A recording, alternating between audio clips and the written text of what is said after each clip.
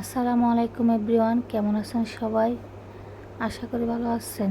আমিও আলহামদুলিল্লাহ ভালো আছি। রাতের খাওয়া দাওয়া শেষে রাতের কাজ সেরে একটু শুটকি রান্না করলাম সকালের জন্য। শুটকিটা কেটে নিয়ে একটু গরম পানি দিয়ে ভালো করে ধুবো। শুটকি একটু গরম পানি ধুলে ভালো হয়। ধোয়া শেষ, মাছ পরিষ্কার করে নিয়েছি আর রান্না করব। তেল গরম করে পেঁয়াজ দিয়ে দিয়েছি। পেঁয়াজগুলো ভেজে এবার মাছ দিয়ে দেব। সব কিছু কষানোর পরে মাছ দিয়ে এবার একটু সিদ্ধ করব মাছগুলো। এবার একটু লবণ দিয়ে ভালোভাবে সিদ্ধ করে নেব।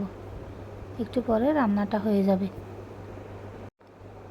ঢাকনা দিয়ে পানি দিয়ে একটু ঢাকনা দিয়ে গুঁড়ি দেব।